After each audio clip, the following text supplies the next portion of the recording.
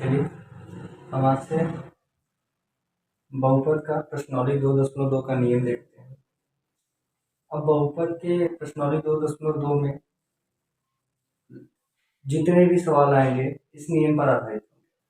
तो सवाल को लगाने से पहले हमको ये नियम मालूम होना चाहिए। तो प्रश्नावली 2.2 का नियम जानने से पहले हमने एक चीज देखा, उसको देख लेते हैं। पीछे किसी बहुपद के अगर हम कोई रैखिक बहुपद लेते हैं तो रैखिक बहुपद के शून्यकों और गुणांकों के बीच में क्या संबंध होता है। मान लेते हैं हम कोई रैखिक बहुपद लेते हैं, तो किसी रैखिक बहुपद का जो मानक रूप होता है, ठीक है, वो होता है ax प्लस बी।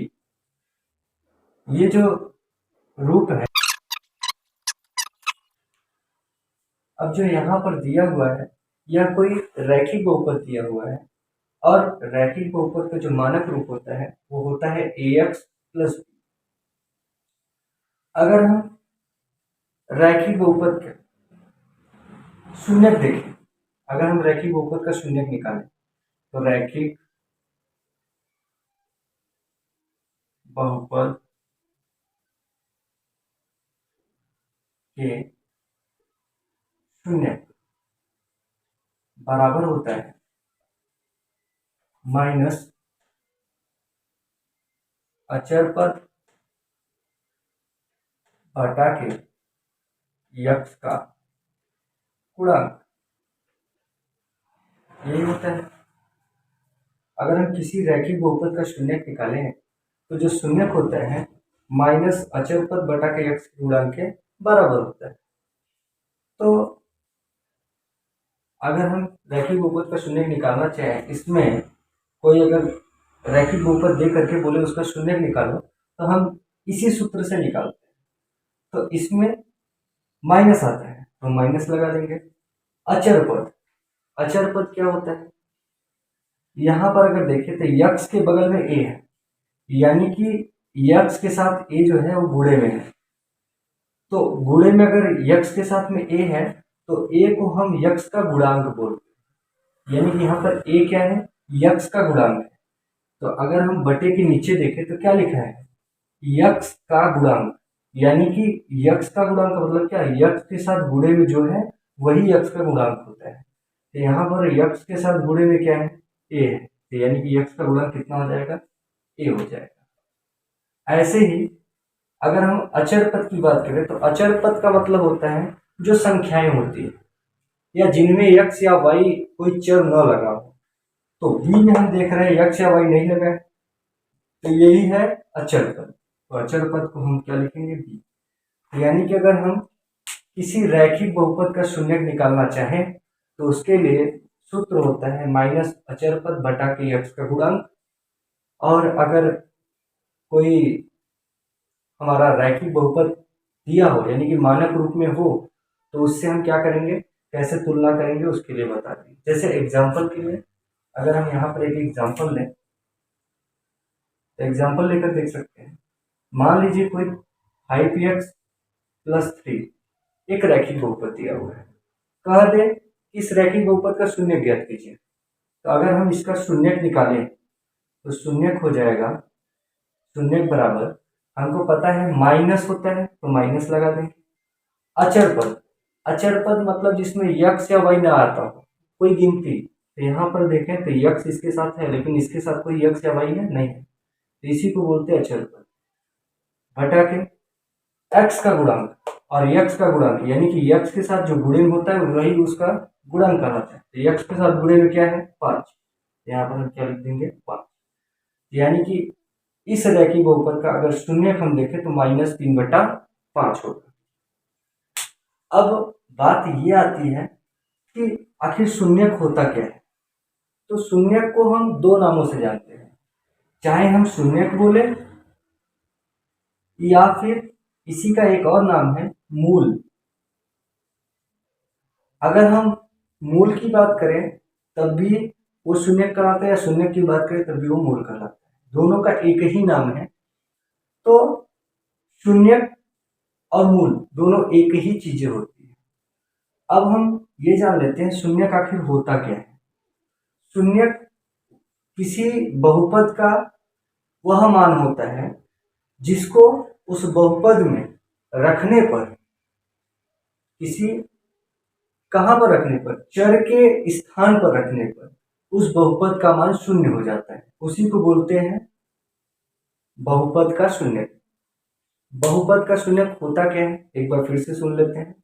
बहुपद का शून्यक वह किसी चर का वह मान होता है, किसी दिए गए बहुपद के चर का वह मान जिसको उस बहुपद में चर के स्थान पर रखने पर उस बहुपद का मान शून्य हो जाता है, उस दिए गए बहुपद का शून्यक कहलाता है। जैसे एग्जांपल के लिए हमने इस रैखिक बहुपद का यहाँ पर शून्यक निकाला। शून्यक का मतलब ये होता है कि ये जो मान आया, ये जो मान आया यहाँ पर इस बहुपद में, जो भी है कोई सा भी बहुपद, चाहे रैखिक बहुपद हो, चाहे द्विघात बहुपद हो, चाहे त्रिघात बहुपद हो, अगर उसका शून्यक है वो, तो उस चर का ही मान वो होता है, यानी कि जो मान निकल के आता है वो यक्स का मान होता है। यक्स की वैल्यू ही शून्यक कहलाती है।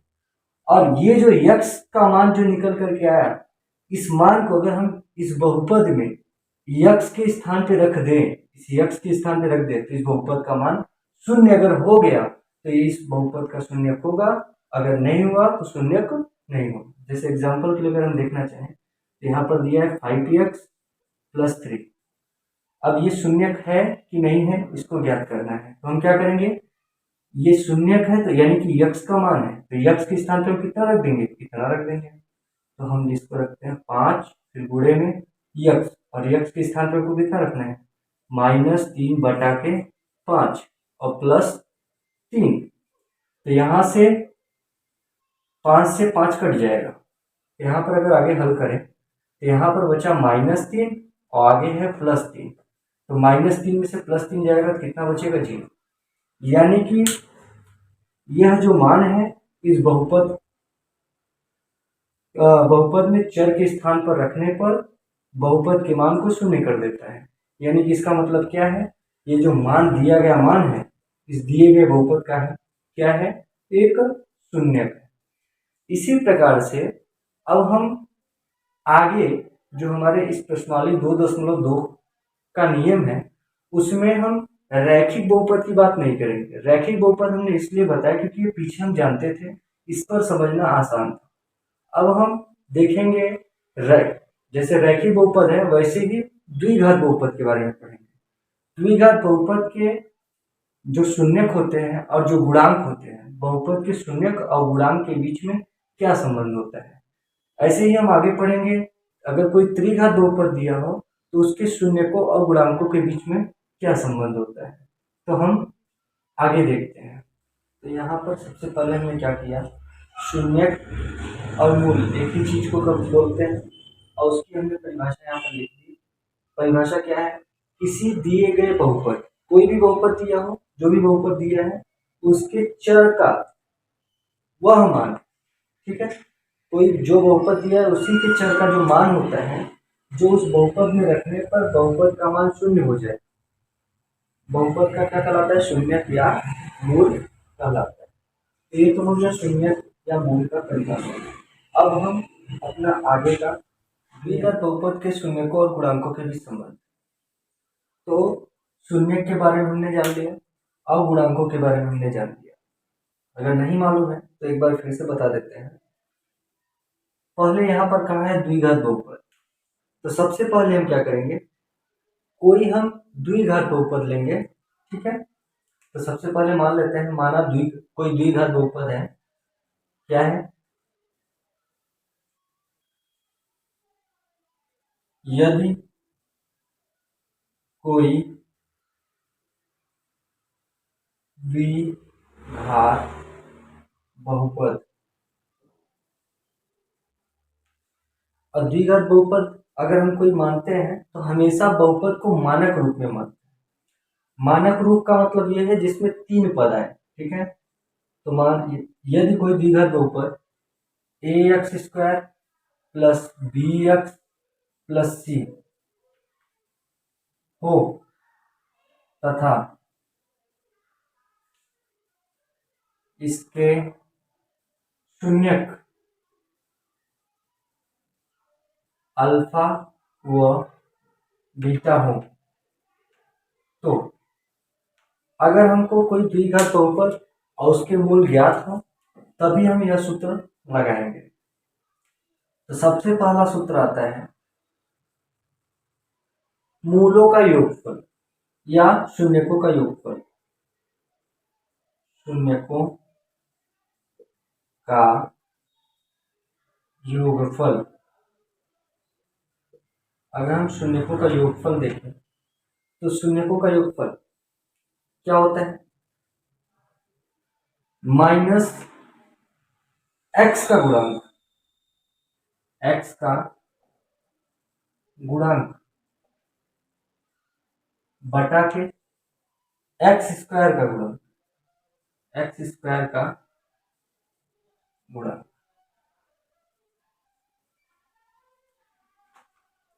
शून्यकों का योगफल, तो शून्यक हमने क्या माना है? अल्फा और बीटा।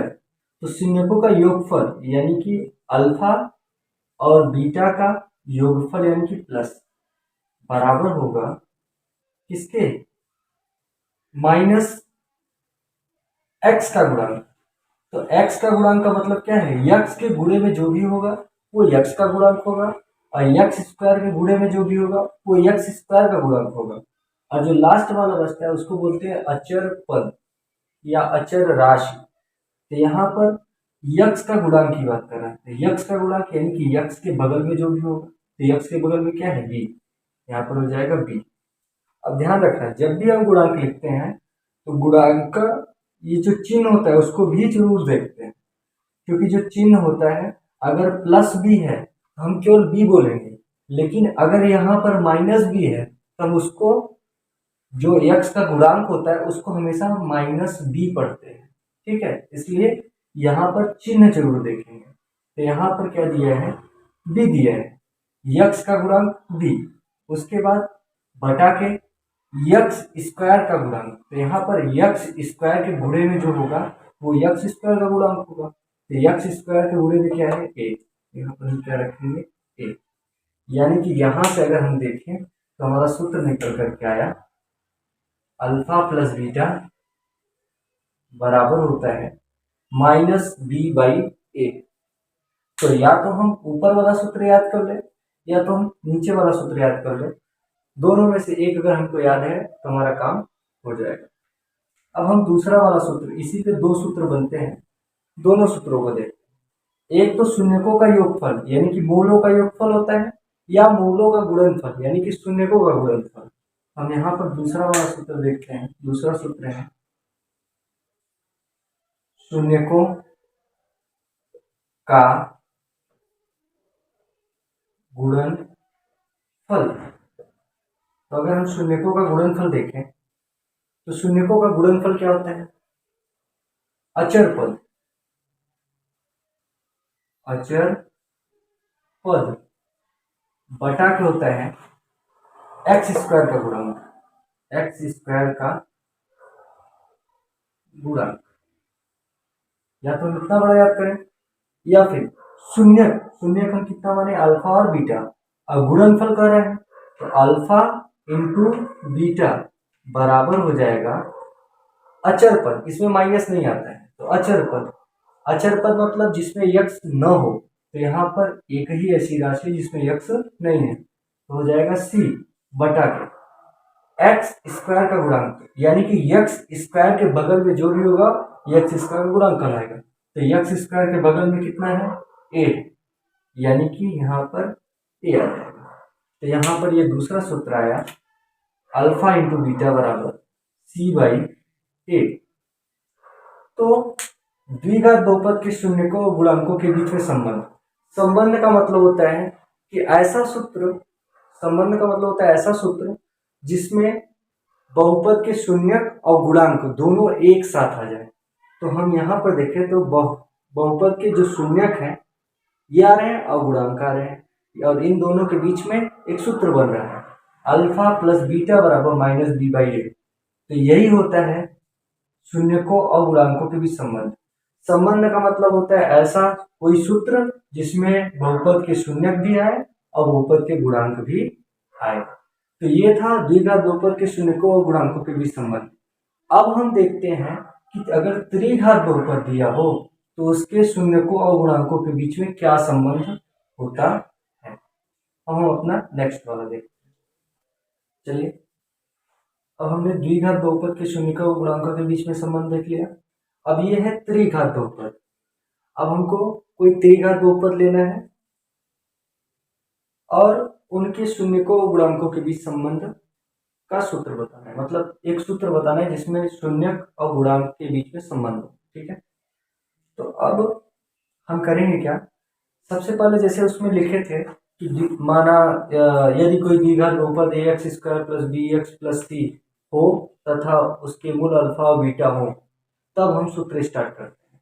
तो लिखने की जरूरत नहीं है, अब हम डायरेक्ट यहाँ पर लिखेंगे। बस एक चीज हमको पता होनी चाहिए कि अगर द्विघात बहुपद है, कोई रैखिक बहुपद है, यानी कि जिसके चर की घात 1 हो, अगर ऐसा कोई बहुपद है जो जिसके चर की घात 1 हो, तो उसका जो शून्यक होता है या जो मूल होता है, अगर एक घात वाला बहुपद है तो उसके एक मूल होंगे। अगर द्विघात वाला बहुपद है तो उसके 2 मूल होंगे या 2 शून्यक होंगे। ऐसे ही अगर कोई त्रिघात वाला बहुपद है तो उसके हमेशा 3 शून्यक या 3 मूल होंगे। ठीक है, ऐसा हमको ये चीज मालूम होना चाहिए, तो हम आसानी से सवाल को लगा लेंगे। तो यहाँ पर हमको लिखने की जरूरत नहीं है अगर इतनी चीजें पता है तो मान लेते हैं कोई त्रिघात बहुपद हमारा जो है वो क्या है। मान लेते हैं कोई त्रिघात बहुपद है a x का क्यूब प्लस यहाँ पर चर की घात कितनी है, 3 है, तो ये 3 घात का बहुपद बनेगा। इसका मानक रूप लिखते हैं। मानक रूप ये चीज होना चाहिए कि मानक रूप ही यहाँ पर लिखेंगे सूत्र के लिए। तो a x cube plus b x का square plus c x plus d, ये जो है जो यहाँ पर लिखा गया ये त्रिघात बहुपद का मानक रूप है। मानक रूप, अभी इसको समझाएंगे। मानक रूप का मतलब होता क्या है। मानक रूप का मतलब होता है सबसे पहले बड़ा घात, फिर छोटा घात, फिर उससे छोटा घात, फिर लास्ट में अचर पद को लिखते हैं, ये होता है मानक रूप। अगर हम इसी चीज को ऐसे लिख दें ए एक्स का क्यूब प्लस बी एक्स, तो ये भी एक त्रिघात बहुपद है, लेकिन ये मानक रूप में नहीं है, तो इसको हम नहीं लेते हैं। कभी भी सूत्र बनाते टाइम हम हमेशा मानक रूप का ही इस्तेमाल करते हैं। तो ये त्रिघात बहुपद का मानक रूप है। ये हमारा क्या है, एक मानक रूप है त्रिघात बहुपद का। ठीक है, तो मान लीजिए कि कोई त्रिघात बहुपद ये है तथा इसके मूल जो है, इसके मूल अल्फा, अब ये 3 घात का है तो इसके 3 मूल या 3 शून्यक होने चाहिए। तो हम शून्यक की बात कर रहे हैं, इसके शून्यक अल्फा बीटा तथा गामा है। तो कोई त्रिघात वाला बहुपद यहाँ पर दिया हुआ है जिसके मूल या शून्यक अल्फा बीटा और गामा है। तो अब हमको बहुपद भी पता हो गया और उसके शून्यक भी पता हो गया, तो अब हम सूत्र लगाते हैं। तो सबसे पहला सूत्र आता है जो हम पढ़ चुके हैं, क्या, मूलों का योगफल। मूलों का योगफल या योग केवल बोले, मूलों का योगफल बराबर होता है, योगफल वाले में माइनस आता है। अब माइनस होता क्या है, एक्स स्क्वायर का गुणांक बटा के एक्स क्यूब का गुणांक, एक्स क्यूब का गुणांक। तो इसमें यही आता है, अगर हमको मूलों का योगफल निकालना है त्रिघात बहुपद का, तो उसका सूत्र होता है माइनस एक्स का गुणांक, सॉरी एक्स स्क्वायर का गुणांक बटा के एक्स क्यूब का गुणांक। अगर इसको और डिटेल में लिखें तो यहाँ पर हो जाएगा मूलों का योगफल। तो इसके मूल कितने दिए हैं, अल्फा बीटा और गामा, तो अल्फा बीटा और गामा। अब कर रहा है योगफल, योगफल मतलब तीनों को क्या करना है, जोड़ना है, बराबर हो जाएगा माइनस एक्स स्क्वायर का गुणक। एक्स स्क्वायर का गुणक का मतलब क्या है, एक्स स्क्वायर के बगल में जो होगा वही एक्स स्क्वायर का गुणक हो जाएगा। तो एक्स स्क्वायर के बगल में कितना है, बी, तो यही हो जाएगा एक्स स्क्वायर का गुणक बटा के एक्स क्यूब का गुणक। तो एक्स क्यूब के बगल में जो होगा वही एक्स क्यूब का गुणक होगा। तो एक्स क्यूब के बगल में क्या है, ए, यहाँ पर कितना हो जाएगा, ए। यानी कि यहां से मूलों का योगफल निकल करके आया alpha plus beta plus gamma बराबर माइनस बी बाई ए। तो ये पहला सूत्र होगा। इसमें 3 सूत्र बनते हैं। तो अब हम दूसरा सूत्र देखते हैं, दूसरा वाला फॉर्मूला। दूसरा फॉर्मूला क्या बोलता है, अब योगफल हो गया तो उसमें क्या आता, गुणनफल, तो इसमें भी गुणनफल आएगा। मूलों का गुणनफल, गुणनफल बराबर हो जाता है, अगर हम मूलों का गुणनफल निकालें तो उसमें अचर पद आता है। तो यहां पर भी अचर पद आएगा माइनस, इसमें माइनस आता है, अचर पद बटा के एक्स क्यूब का गुणांक, एक्स क्यूब का गुणांक। तो यहां पर अगर देखें तो मूलों का गुणनफल, तो मूल हमारे कितने हैं, अल्फा बीटा गामा 3 है। तो alpha, alpha into beta into gamma बराबर हो जाएगा माइनस अचर पद, और यहाँ पर अचर पद कितना दिया हुआ है, जिसमें यक्स न हो वो अचर पद होता है।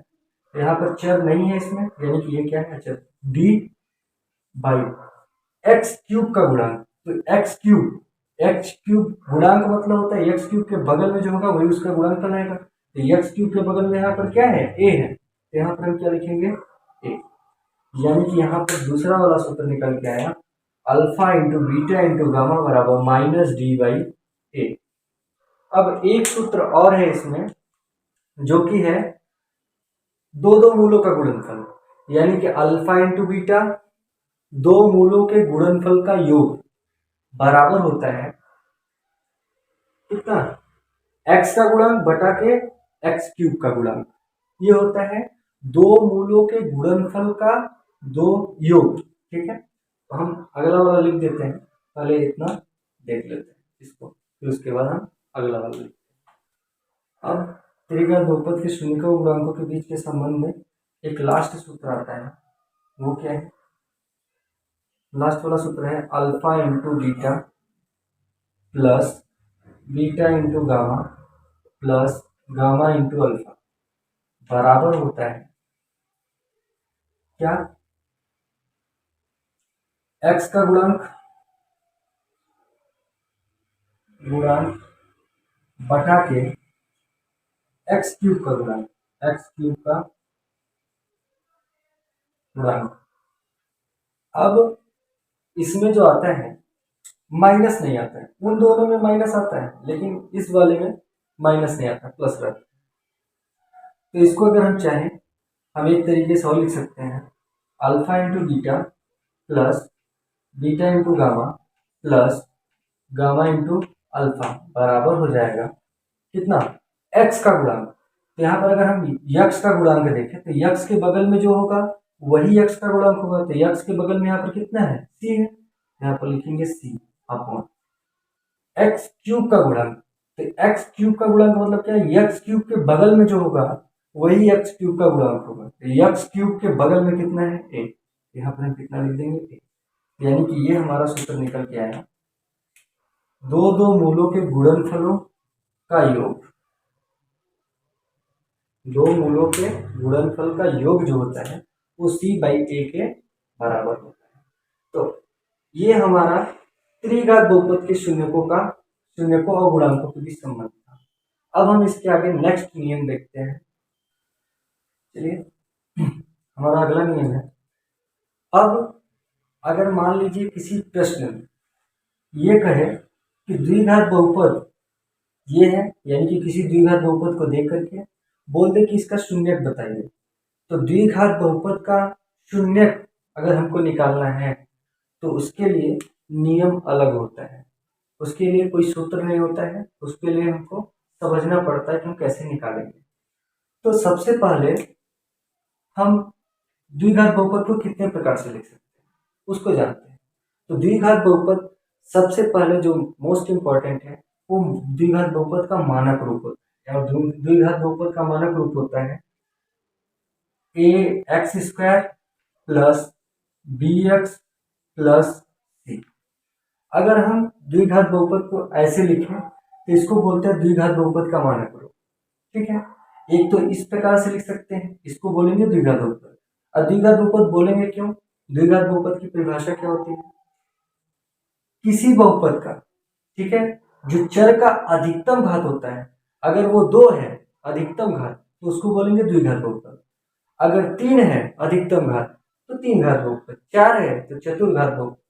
तो यहाँ पर अगर देखें तो चर 2 जगह पे आ रहा है और दोनों जगह में सबसे अधिक घात देखते हैं, कितना है? 2, यानी कि ये सबसे अधिक घात 2 है, तो 2 घात वाला बहुपद यानी कि द्विघात बहुपद है ये।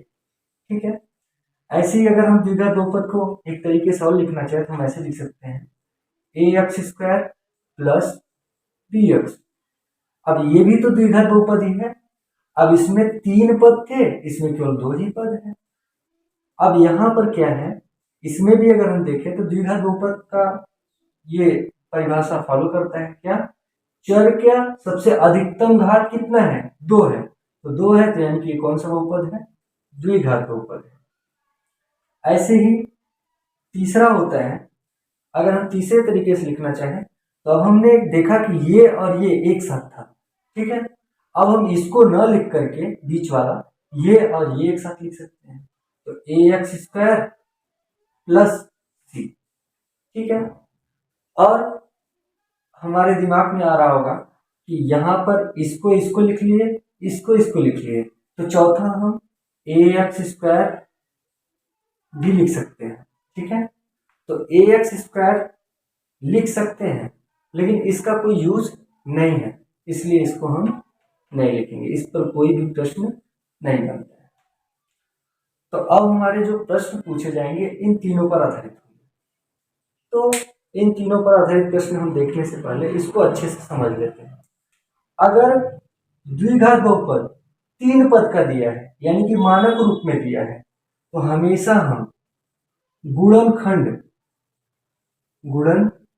यानी कि फैक्टर करके हम बहुपद का शून्यक ज्ञात करते हैं।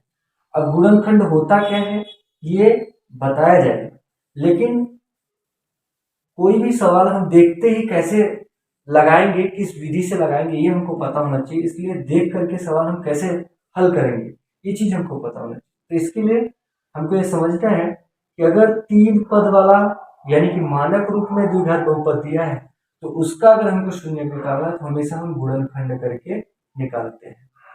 अब दूसरा है कि अगर दोनों चर एक साथ दिए हो, ठीक है, तो अगर दोनों चर यानी कि इसमें 2 पद हैं, प्लस के पहले वाला एक पद और प्लस के बाद वाला एक पद, तो 2 पद वाला हो लेकिन दोनों पद में अगर चर हो, ठीक है, x या y, तो वहां पर हम क्या करते हैं? कॉमन निकालते हैं। कॉमन निकाल करके हम क्या करते हैं? उस सवाल को हल करते हैं।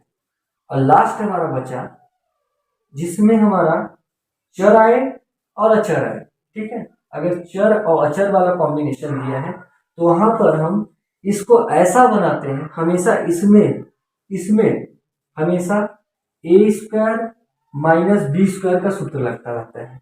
और इसका सूत्र होता है एक कोष्टक में ए प्लस बी और एक कोष्टक में ए माइनस बी। तो हमेशा अगर हम इसमें देखेंगे तो इसको हम ए स्क्वायर माइनस बी स्क्वायर के रूप का हमेशा बना सकते हैं। ये इस रूप में बना करके ही हल किया जाता है। तो अगर किसी भी सवाल में द्विघात बहुपद दे करके हमसे शून्य पूछे तो अगर द्विघात बहुपद इस टाइप का है तो हम गुणनखंड करके शून्य ज्ञात करेंगे। अगर द्विघात बहुपद इस टाइप का है तो हम कॉमन लेकर द्विघात शून्य ज्ञात करेंगे। अगर द्विघात बहुपद इस टाइप का है तो हमेशा हम ए स्क्वायर माइनस बी स्क्वायर के रूप में उसको बना करके तब हम शून्य का ज्ञात करेंगे। तो ये था द्विघात बहुपद दे करके अगर शून्य पूछे तब के लिए नियम। अब हम अपना नेक्स्ट नियम देखते हैं जो कि नोट है। तो हमारा प्रश्नावली 2.2 का नियम इस नोट के साथ समाप्त होता है। अब नोट किस लिए है? कह रहा है नोट में, यदि प्रश्न में शून्यकों का योग और गुणनफल देकर, यानी कि हमारा जो प्रश्न दिया रहेगा उसमें शून्यकों का योग जो हम निकाल रहे थे वो ऑलरेडी दे देगा, ठीक है, और उसका गुणनफल भी दे देगा, और हमसे सवाल में पूछ लेगा कि इसका द्विघात बहुपद ज्ञात कीजिए। तो यानी कि प्रश्न में हमारा शून्यकों का योग और गुणनफल दे देगा और पूछेगा कि द्विघात बहुपद बताइए। तो उसके लिए हम करेंगे क्या कि अगर द्विघात बहुपद पूछा है योग और गुणनफल दे करके, तो सबसे पहले हम उसमें मान लेंगे, माना द्विघात बहुपद जो है वो ax² + bx + c है, तथा इसके जो शून्यक है या मूल है अल्फा और बीटा है। इतना मानने के बाद हम जो दिया रहेगा उसी सूत्र को लगाएंगे, यानी कि सबसे पहले योग दिया है तो शून्यकों का योग, द्विघात बहुपद के लिए शून्यकों का योग क्या होता है? अल्फा + बीटा बराबर माइनस x का गुणांक बटा के x² का गुणांक, वो लगाएंगे। और हम क्या करेंगे, योग मान जो भी दिया है वहां पर योग के स्थान पे रखेंगे और बाकी सब दूसरे स्थान पर रखेंगे, हल करेंगे तो एक समीकरण बनेगा। ऐसे ही गुणनफल का रखेंगे, उसको हल करेंगे तो एक समीकरण बनेगा। दोनों समीकरण को हल कर लेंगे, हमारा क्या है, ये सवाल सॉल्व हो जाएगा। तो अब हम देखेंगे प्रश्नावली 2.2 का सवाल।